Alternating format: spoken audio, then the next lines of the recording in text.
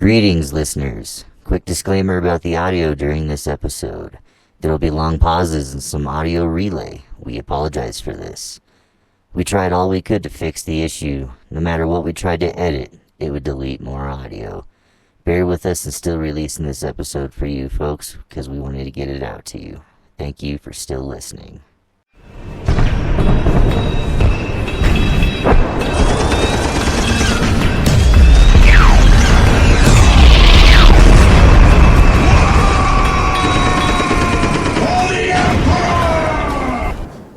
Welcome to the Hammering Point podcast. I am the Commissar, and I'm here with my two co-hosts. War Boss Toon Smasher! You like the Commissar go? And the Electro Priest Jack. What did the orc just say? I don't know. Anyways, Noise for welcome. Commissar. Today's episode is going to be about the space fish communists of the Tau Empire. Oh yeah, they are fish people, aren't Yep, they? they are fishies. I always forget that. Fish. Yep, little fishy fishies. Hey, we evolved from fish, technically. Yeah, technically, if you believe in that. I'm a mushroom. Yep. So, we are going to be kind of giving a brief overview of the Xeno race of the Tau Empire. And Yeah, they are unlucky enough to be on the border with the human territory. they are aren't a they? lot of the enemies of the Imperium of Mankind tend to be sharing borders. Sure. Except for, like, the Dark Eldar, but, like, they have their own thing going on right now, so... Because they're in the warp. Yep, Sweaty and they were bondage first goblins. founded in the 35th millennium by the Adeptus Mechanicus exploratory fleet called Land's Vision. That's right. We sent our people out there to Yep. find things, and they sure found And communism. They were basically planning on destroying the Tau's home planet, but a violent warp storm cut all locations off to it And how for long? 6,000 years. And they had a 6,000. weird, rapid development of technology in that 6,000 years, like way faster than most normal like civilizations. Which will become to be known as spheres. Because they call those spheres of expansions. Yep, all the way down That's from. weird. There's social spheres, even. Yeah, it's I in, mean, like, yeah, they have like enlightenment the social spheres. cliques because aren't there like the fire caste, the water caste, the earth class, and the air class? Exactly, because they all go by a caste system for each level of what they are. Oh yeah, well, and during that first expansion, quote unquote, I think it was a pre-first expansion, really. They chased all the people who weren't into their communism off the planet entirely. So, Yeah. like, it is Which a will be one and known all. as the greater good. Yeah. It is the one and all situation. So- They're the only government. Basically, after they got cut off for 6,000 years, they had a rapid development of technology, as we know. And they basically just started being like hyper aggressive to each other to the point where they were just like kicking the crap out of each other. Oh wow. And like they got Oh, they basic. were pushing the views. Yeah, pretty much. They were like, let's just like murder as many people as humanly possible. That doesn't I guess sound I like should communist. say Towly possible instead of humanly, but I mean, whatever. It doesn't sound like Ah. communists at all. Xenos be Xenos. So basically, they just like kind of started murdering each other because of aggressiveness, and because that was during the 37th millennium. Numerous wars broke out and lasted for years. And then like a weird esoteric group appeared, which is called the Like Photon or Ethereals? something? Oh, the Ethereals? Then Well, they just Ethereals, the Ethereals at Votan, Yeah, I won't be able to whatever the pronounce hell that fucking word is. any of Great those word. Tau words, sadly, so we apologize. But it was like a Nobody fortress can read city that they filthy appeared Xeno at. language. Yeah, and Under like siege. pretty much, and they like kind of just like appeared one day, and they like started, in a sense, teaching this concept to them called the greater good. And basically, it's just like It's like for a lack of better peace and phrase, it's like understanding. communism. It's like a version of communism. It's like everyone works for each other.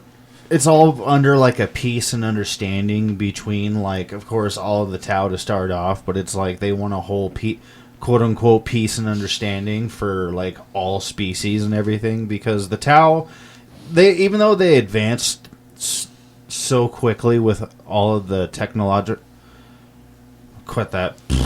all the technological advancements that the Tau went through so quickly. They are really a hopeful species that are not, I don't want to say like ignorant. No, I just like But I was gonna they're- point out they are the most tolerant like species in the galaxy. They're the most open to things being, different, individualized, and not. These guys sent like 5 different squads to go talk to the fucking Tyranids to try and see if they can quote unquote reason with them and try and discuss And, the like, greater they good. are So, kind like- of like but this is still innocent, Warhammer 4 so to Hammer. speak, because they are very naive because they like think that everyone will be open to talk. Yeah, But- not the space tarantulas. Yeah, the space cockroaches, but yeah, no. So after the Ethereals showed up and they started talking about their greater good, a lot of them ended up falling under that banner, and they basically started a new civilization, which is one of their first spheres of expansion. Okay, so the first sphere. I was just reading a little ahead for a second. Yeah. So in the very first sphere, they actually go to their first attempts at colonizing other planets. It was pretty much unimpeded. They assimilated their first alien cultures, like Thraxians and the Nazcar, the Nakaskar, the Nakassar, and our favorite boys, the Kroots. We love the Kroots. The NASCARs. The nasty. Yeah, that's what I thought they were called for a second there. The orcs were met but not accepted to. in. Yeah, Yeah. there was mostly just That a makes a lot lot of of fighting sense though, going on because there. it's the orcs and they are a They too weak. hyper-aggressive space. And, They can't keep up with the boys. No, I'm gonna have to figure out what this is, but there were 8 seps, which are star systems, I believe. Or I think so. Or possible multiple star systems. They're realms of. They're basically like states or colonies, or not colonies, countries. It's just like A group- sep is known as a realm is a star system or a series of star systems colonized by the Tau Empire. Yeah, That's they're what it is. different governing bodies of the Tau Empire. So just a way to separate the big empire they have. It's like the Imperium Segmentum. Yeah, it's all the ones System. that can communicate by sublight communication without having to wait 10 plus years for communication back. Oh yeah, because every time they've made a different technological advancement, so since it all comes so quickly when throwing it into the spears, they a lot of the times will, when they're going through all that advancement, it's either like the military or what is it here, just kind of colonizing, because the main other races that they kind of recruited and helped them. So the Kroots are bird-like warriors that are kind of like mercenaries for the Tau. A lot of times, so the Tau jackals from Halo. essentially, but But with extra because spice. they also are the main ones that do the melee combat for the Tau, since the Tau relies such heavily on ranged weaponry. Yeah, they're squishy And little then fish they boys. are squishy little people. Squishy boys! But with even all their battle mechs and everything else that they have, the Kroot are... Super interesting No. because they eat the fallen foe so they can gain genetic information from them. Yep. What? And the you didn't Kroot know are that? really cool, just like They that. 'cause actually the- don't originally look like that, but they had a special, like, in a sense, ability to, like, taste and gain genetic material from certain races, Huh. and they would eat people. There's a As reason you why do. there's so many different Kroots and how they look. Like, there's a giant, like, T-Rex looking Kroot. Right. That originally started out as the normal Kroot, but as they ate and they started enhancing their genetics, they turned into these giant T-Rex things. Wow, so they're like a virus species. Yeah, kind of. It's not really like virus because they don't like. Morph. Yeah, but- they don't morph other groups. They morph Right. themselves, so they genetically change themselves with new genetic Interesting. code. Yeah, they have pack masters that are called gene, masters, and they're the ones who They taste don't everything. change them, so they don't change others. They just That's really eat cool. their bodies. Yeah, so that's pretty interesting about them. Yeah, I've always liked the Tau out of not the Tau, but I've always liked The the Kroot. Kroot out of the Tau Empire.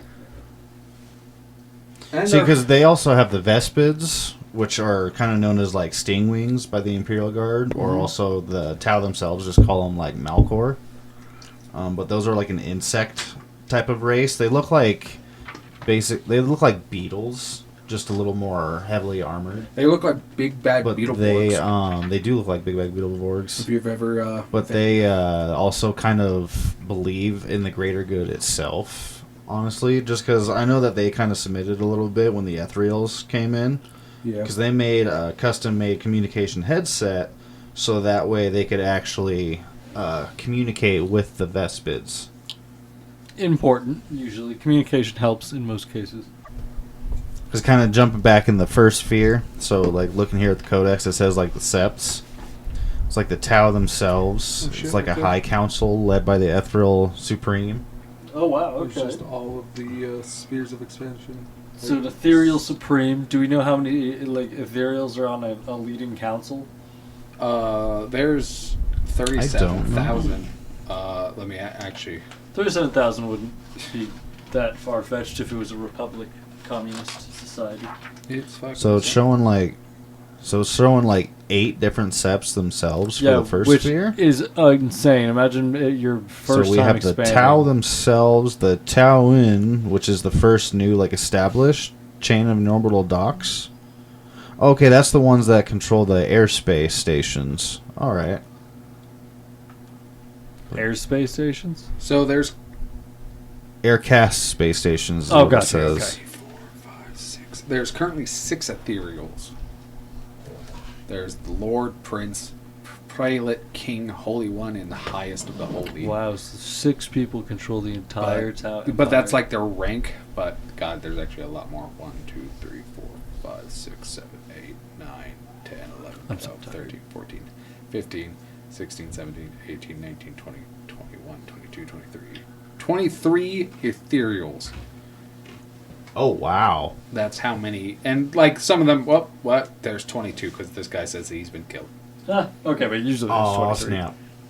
So yeah, there's like 20-ish ethereals, and like they're technically considered the ruling group of Tau. Yes, Because there's not Tau's been many broken of up them. into 5 castes. There's the ethereal, there's the fire, there's the earth, there's the water, and then there's the air, if I remember correctly. So Yep. they're all just basing it off elements. Yeah, Pretty much.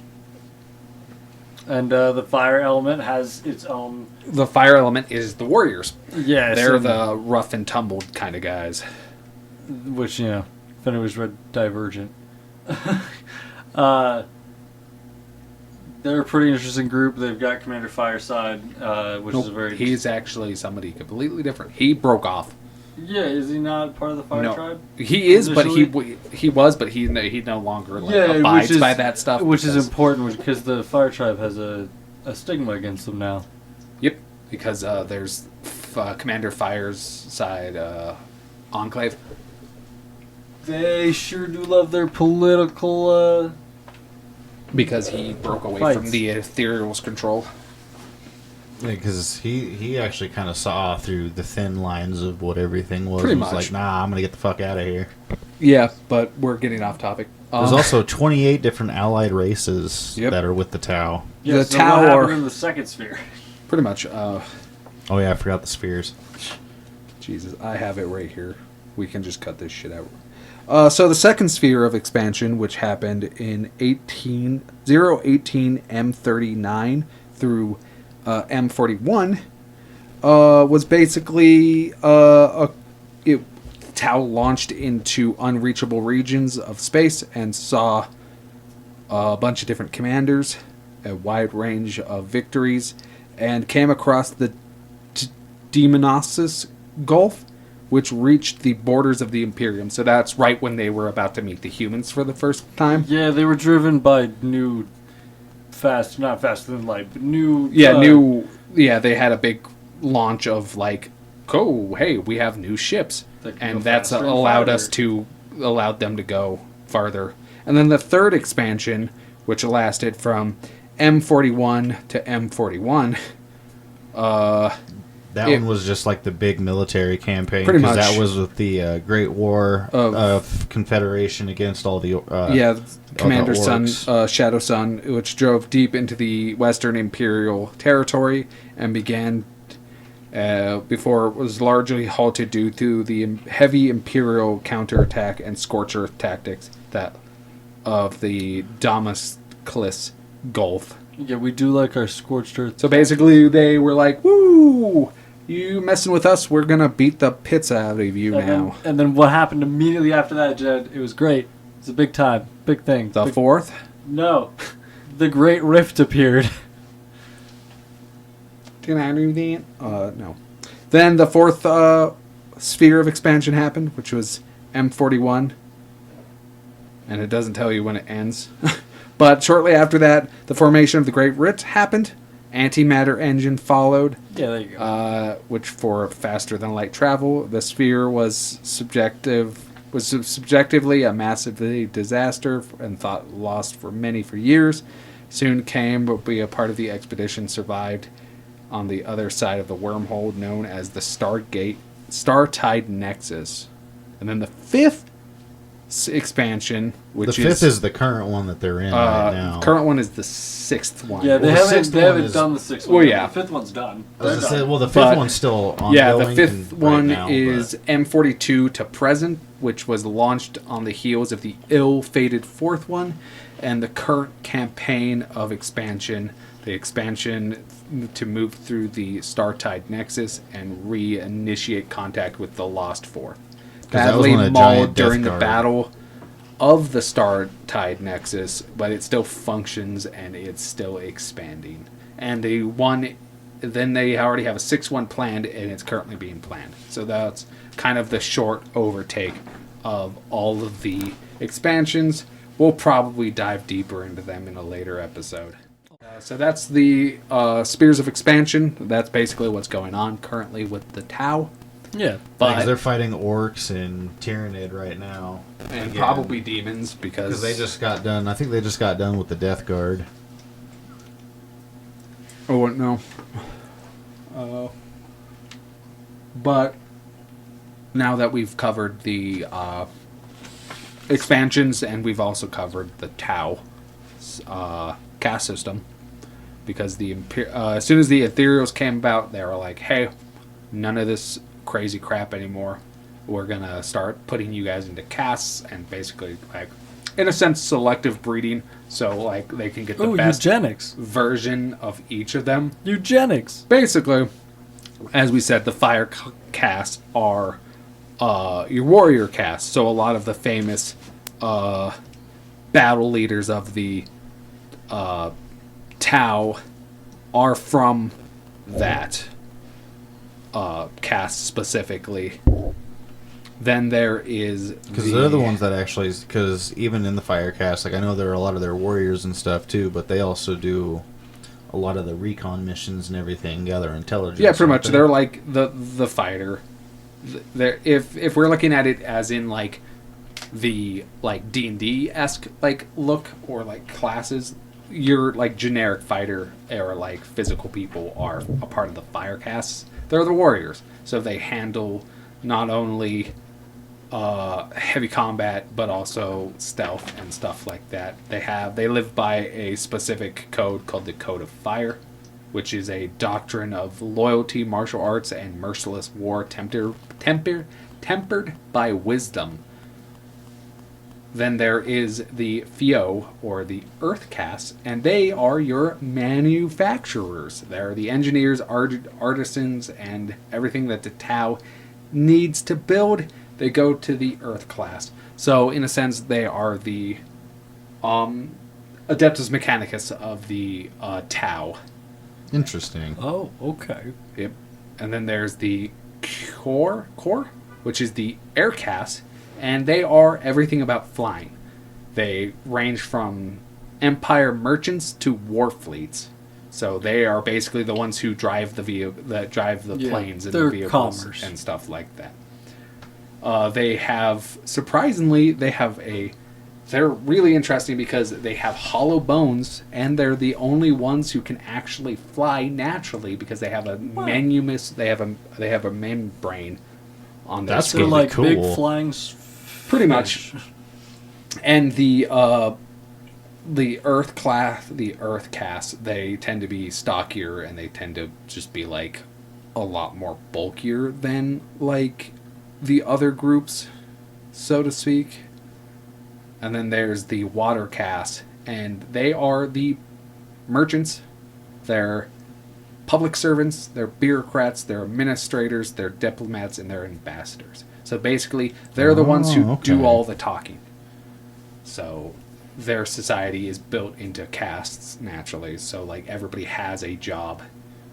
And then there's the last caste, which is the celestial or the ethereal caste, and they're the philosopher kings. They are the ones who actively go around and they spread the enlightenment to the Tao. They're the ones who came up with the greater good. They often hold the positions of spiritual leader or political leaders. They help direct and shape every action of the Tao Empire. So they're just straight bureaucrats. Well, yeah, And the they're water very- castes are the bureaucrats in a sense because they're the ones who handle the nitty gritty. These ones are more like the royal family of England, but there's only very few of them born.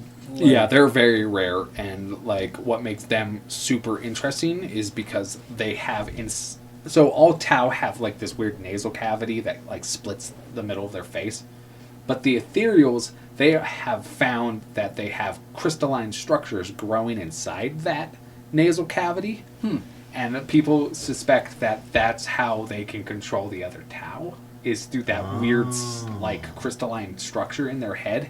And a lot of people believe that they are, in a sense, like passive psychers, and they have the ability to just kind of like manipulate or like manipulate and mind control everything. yeah, in a sense, they don't like actively do it. It's kind of like a passive thing for them. So they're like, "Hey, you should do this," because And, this like, hierarchy that the Tau themselves have created with all of the castes, pretty much. they just kind of I project think what their the previous thoughts crystals have. hold the worms that control them. Always a possibility. Because that's a fun little what is that called? Conspiracy theory. This conspiracy theory is that the there's not a sentient race of telepathic worms that are controlling the entire elder Like high caste. ethereals. Is Interesting. that not a thing? No. I don't know.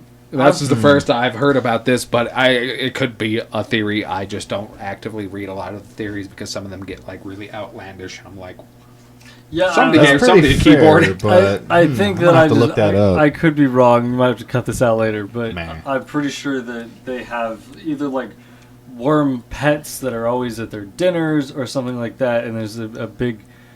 I think because that's why Commander Fireside left, is because he's like, our council's being controlled by not Tau. the worms, the worms, The worms. Worms. little wormy boys, little wormy boys. So kind of jumping back into like how far they advance in, because in just like 1,000 years they went from being the smashing each other with a club to Boonga boongas. building the fucking battle mechs and everything. No, right? not really. Like it.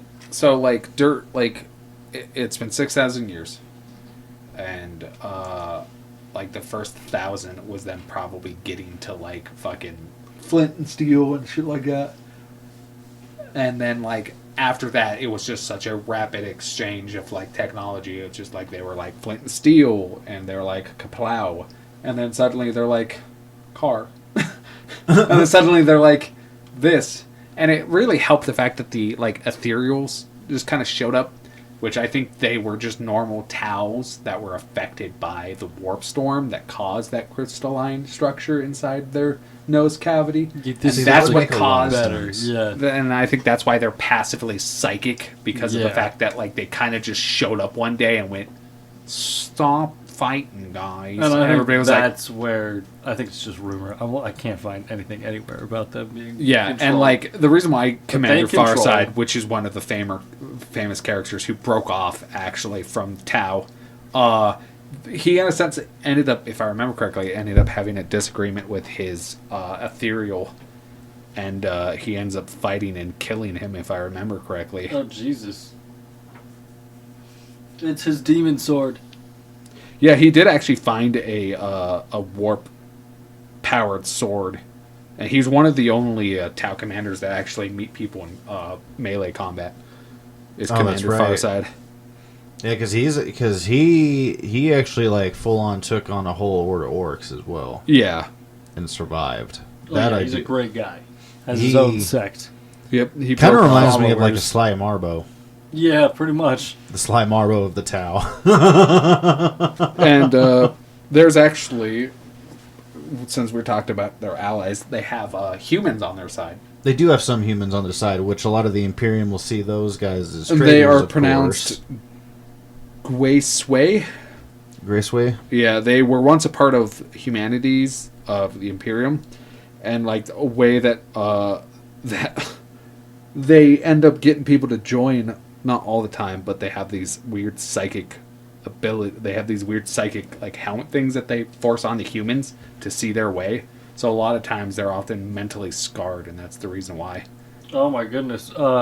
During the war with Fireside, he apparently killed multiple ethereals. Yep, he did. I'm actually going to. Look at us. We He's know kind so of much. going with the. I know, right? We did say we're stumbling through this. So. Yeah, because the Tau is an interesting race itself, and honestly, Not my favorite. I've like not my favorite either. But I just feel like there's so much controversy with this race. Well, and they are the weaklings in the universe. Like, they should not and could not really stand a chance against the Imperium without amazing luck on their side.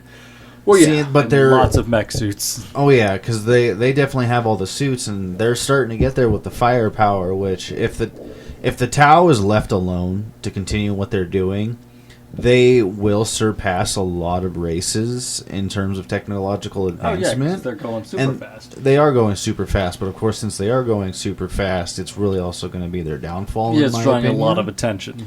because not only is it drawing a lot of attention, but they are just so naive going through with just the greater good. I mean, if 'Cause a they lot of the can't- times they do go in and like try and talk their way through it. You know, be like, "Hey, this is what it is," Sure. because they don't eradicate, but at least not at first, because they still want to go in and be like, "Hey, you know, we're peaceful. Please come in and share us on the greater good."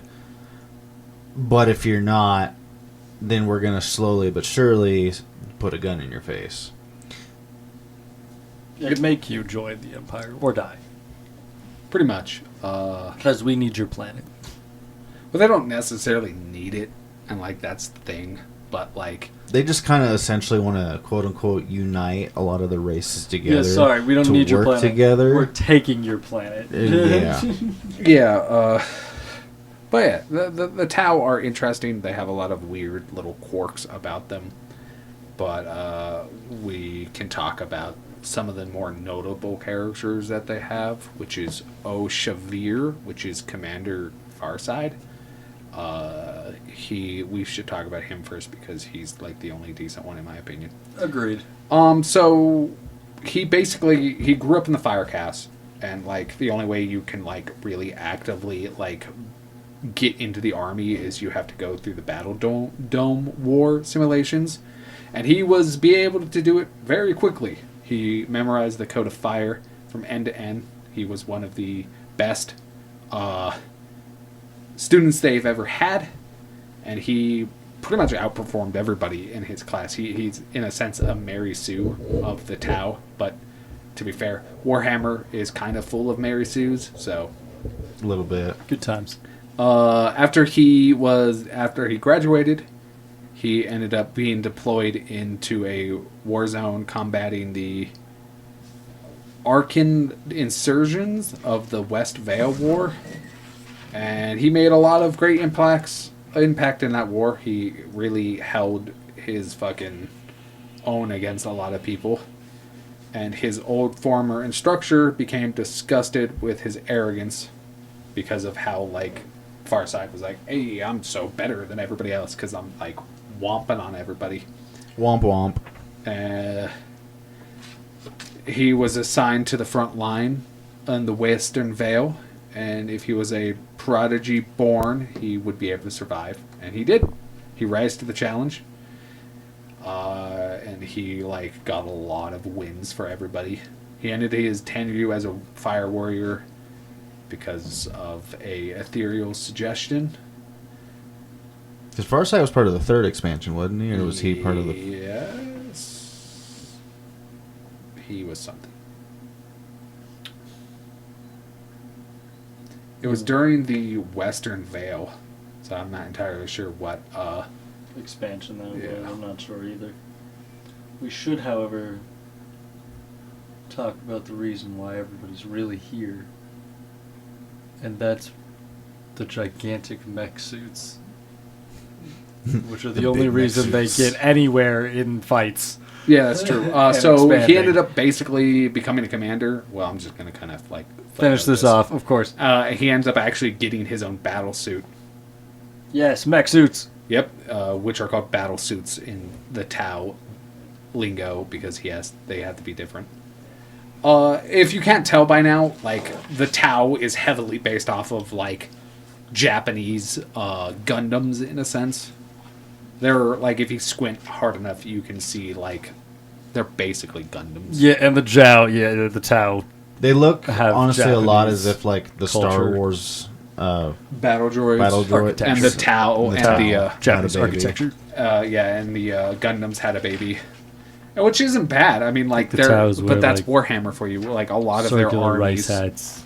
have inspirations And, from like, other media. Shinobi armor. Because a lot of the times, too, like, It's when insane. they're out and about, they have a lot of different Space drones that follow them. Like mech drones, battle drones, stuff like that.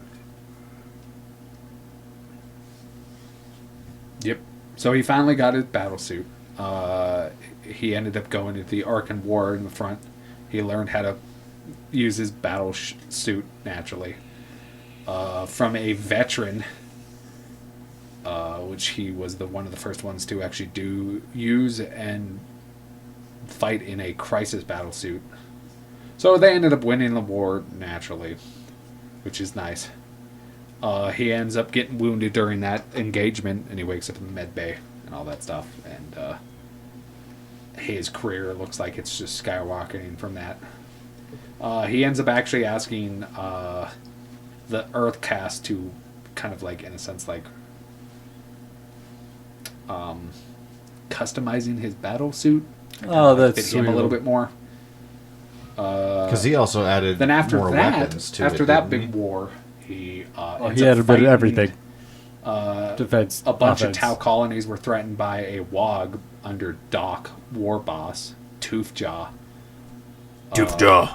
Where he ends up just fighting and he pushes back the Tau, the orcs, and that's where he ends up earning his nickname Farsight due to his actions. Interesting. Very nice. Far Side is And, 2020.